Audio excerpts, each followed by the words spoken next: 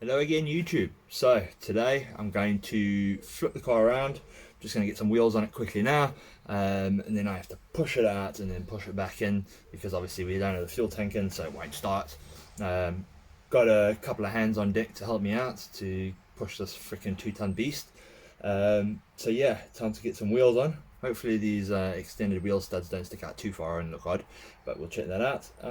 So next thing you'll see is probably this car flipped around with the bonnet off. So it might take a couple of hours to actually do that, or an hour or so to actually roll this thing around, get it up, get it back on the jacks, get the bonnet off. So we'll catch up then. Okay guys, so that's the Mondeo turned around. Took ages and ages to take it, push it out because it weighs like 2 tons.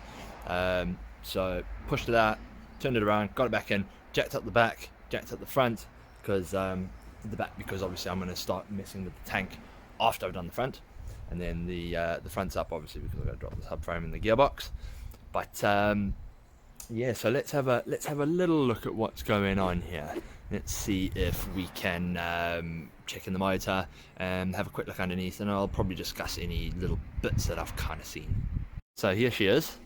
Got the bonnet off. Maybe have a quick look inside underneath the bonnet. Ignore the beeping. That's the boost gauge. It's the battery's about to die, so it's firing on and off. Might be a bit irritating, but just try and ignore it. So here's all the goodness with the motor. Obviously we've got RSECU holder, gets rid of all the standard air breather, standard air filter stuff. Got an Elevate crossover, Group A intake. I've got my catch can here for my breather system. Got a aftermarket cleaner. Got the polyurethane bushes up here. Pretty much that's all you can see. Got this little cover, got some RS covers. Down the bottom, inside of there, we've got an AirTech intercooler. Let's have a quick look over here. So let's have a look at the braking system. We've got the big brakes, the K-Sport Forge 8-pot brakes. And that's about it for up front for all the goodness. Now, what I've done underneath, let's see what we can see here. So, dropped off the front and the back covers. Just dropped off a couple of bolts for the engine mount, for where the rear frame mounts at the back here. See if we can see it. It's very oily and it's very rusty, so I do need to clean it all up once I've got it all out. But basically, just going to disconnect everything and get the 4 bolts out, or get the few bolts out, drop it all out, paint it all up, and get it all done. Little brace at the back there, some weird stuff. But yeah, we are getting there. We are definitely making some good progress on this. It all does kind of look like it's going to fit where the exhaust goes in. I think it would clear out the transfer case. I think it's going to clear over the back of this, but obviously we're not going to be able to tell until we've got it all off and have a bit of a look. What I will do is measure where the bottom of the gearbox is over there, and once I have the subframe off, which is it's probably about level with this. Once I have the subframe off, I can lay it down and I can just check it out, see what it does.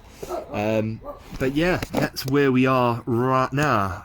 I guess the next steps are sort of making sure everything's disconnected and just sort of dropping everything off. Lots of dirty work, lots of crap falling out here into my eyes, lots of road salt, lots of dust, lots of dirt. But that is where we are currently. Yeah, next steps are the big bits, dropping some more for the front. All the bits that I don't like, taking things off, I rather prefer to put things on, but got to do it in a certain order. So yeah, I think Snoopy is also quite keen to get it started. Wish me luck. Okay, so I've done a bunch of work taking off under trays, taking off control arms, taking off a bunch of stuff. Finally ready now to drop the front subframe off. It was a lot of fiddling, a lot of really rusted bolts, But yeah, we're finally ready to get some stuff off of here, make today a bit more productive. So that's the next thing you're going to see.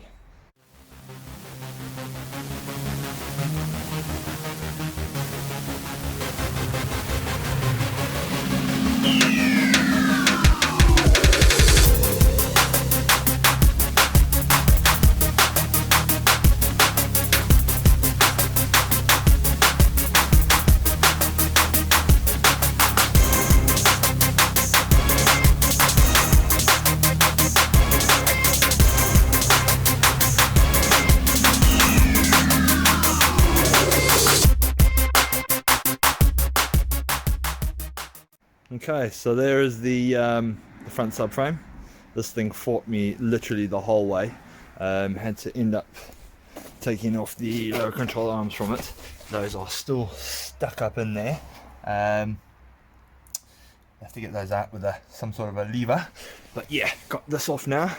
As you can see, it's all horribly dirty and rusty and just needing a good refurb. So that's going to be my first point of call, I think, getting it refurbed. Next step will be having a good look up under here and just checking out what I can see, making sure that things sort of clear from what I can see. But yeah, we'll check it out and we'll have a good look. I think that's going to be it for right now. The rest of this is just going to be boring cleaning and that kind of stuff. I might show some cleaning and painting in a time lapse, but I'm just glad to have this front off and be quite a bit along the way to getting ready to drop the gearbox off. So yeah, good few hours work and a good result in the end. I got a big catch, so yeah.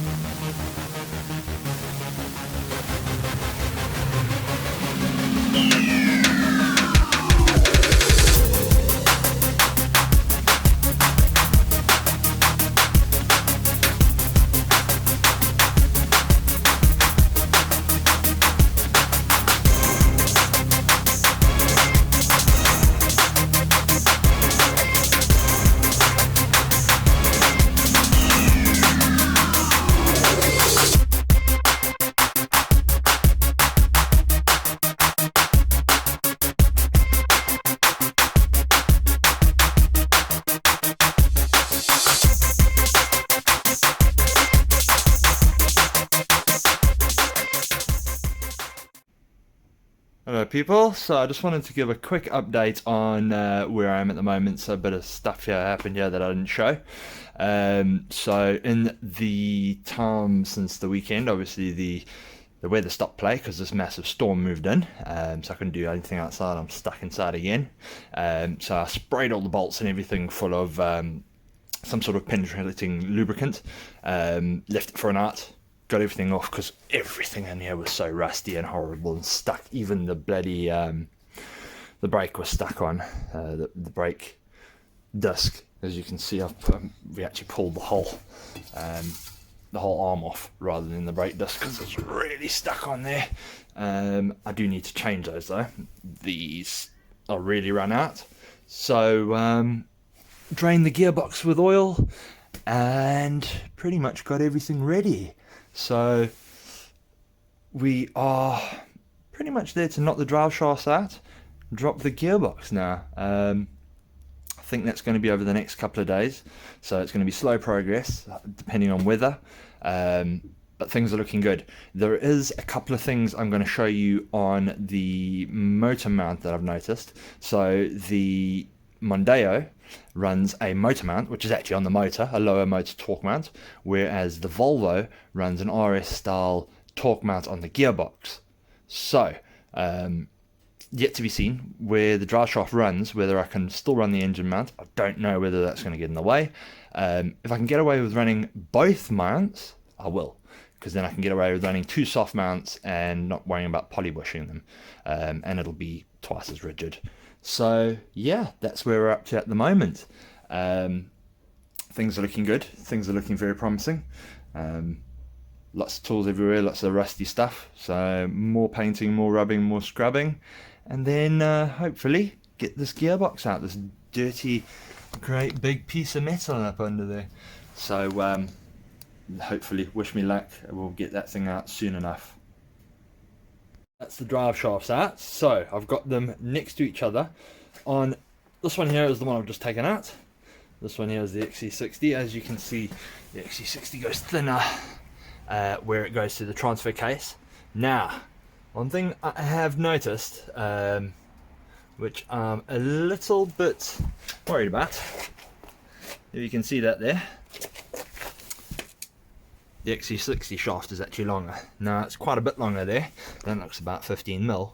What I have seen is at its full extension and its full compression, there's probably just less than 10mm difference between the two. Now there could be some slight variations in the gearbox. I'll have to get the gearbox out and compare it, because some of the let's see if we can see on this gearbox here. So this is obviously the XC60 box. Now some of the front wheel drive boxes that I've seen, you see where this faces, the output shaft of the all-wheel drive box is flush. I have seen on some of them, on some of the pictures I've seen of some of the Volvo boxes, where, let's just put that like there, where the shaft goes in is actually further out, so it sort of comes out like a cone.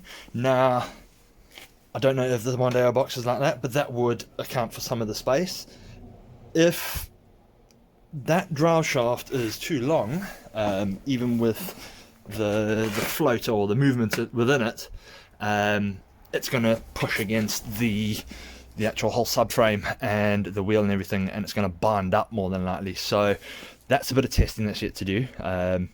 If that's an issue, I might have to get creative with this, maybe get a custom drive shaft made out of these two or something like that.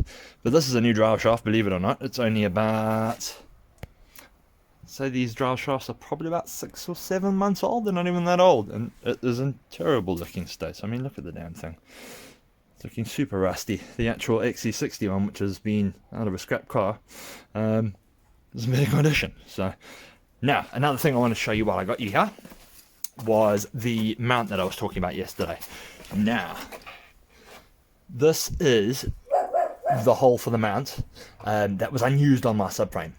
Now, if we look under here, it's right here. So this is the engine mount that the Mondeo uses. As you can see, it's the other side of the subframe, so it mounts in sort of like, I think over here, or maybe it's on the other side. I'm not too sure. No, it's definitely this side somewhere, probably through these two. So that's where the mount uses on the 2.5 turbo Mondeo, but the XC60 mounts over here.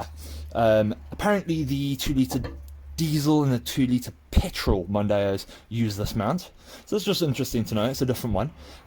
Why that pertains to this conversion is, if we have a quick look-see over here, the Volvo uses a gearbox mount too.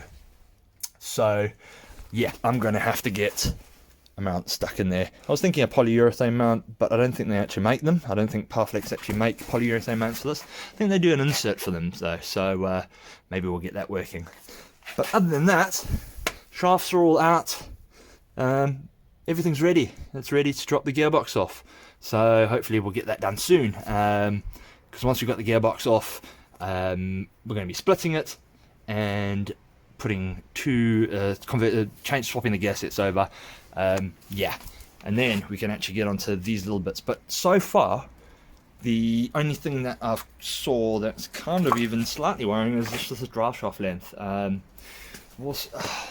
don't know. It's interesting. It's interesting to check out, because if we look over here as well, if you look at the two collars, it looks like it goes into the gearbox more. So if that actually goes further into the gearbox like that, at the back, and that brings it a lot closer in the front, then that's only about 5mm in. The float can take it up, but I think what's going to be the where it's going to be the main issue is where this bearing lines up. So this bearing goes into like a bearing holder mounted to the engine, obviously for a bit more sturdiness. So those are going to be in the same place, and if those are in the same place, the back's lined up. So yeah, lots of interesting things to see. Hopefully within the next couple of days we'll have it out, have it on the, I'm going to have to clean up this workspace here, make it all clean and dust free, get the two gearboxes on there, get them split. But that's where we are at the moment. Bunch of parts on the floor, bunch of parts that need painting, just battling the weather really, battling the cold. Can't really spray stuff when it's been raining all day, but we're getting there slowly. Right guys, I'm going to wrap this one up here. A few more things done in the car, started painting a couple more things. Unfortunately the weather has not really been very good to do much, so couldn't quite get the gearbox out this time. That's for next video, get the gearbox out, and hopefully I'm going to try to split it. We'll see how much we can get done. I don't see many problems getting the gearbox out at least, and then all the fun starts, all the comparing, all the hoping that everything's going to fit basically. So yeah, thanks again for bearing with me through this, seeing the trials and tribulations. Thanks for giving me a subscribe, and if you enjoyed it, give me a like. So I'll see you in the next one. Cheers guys.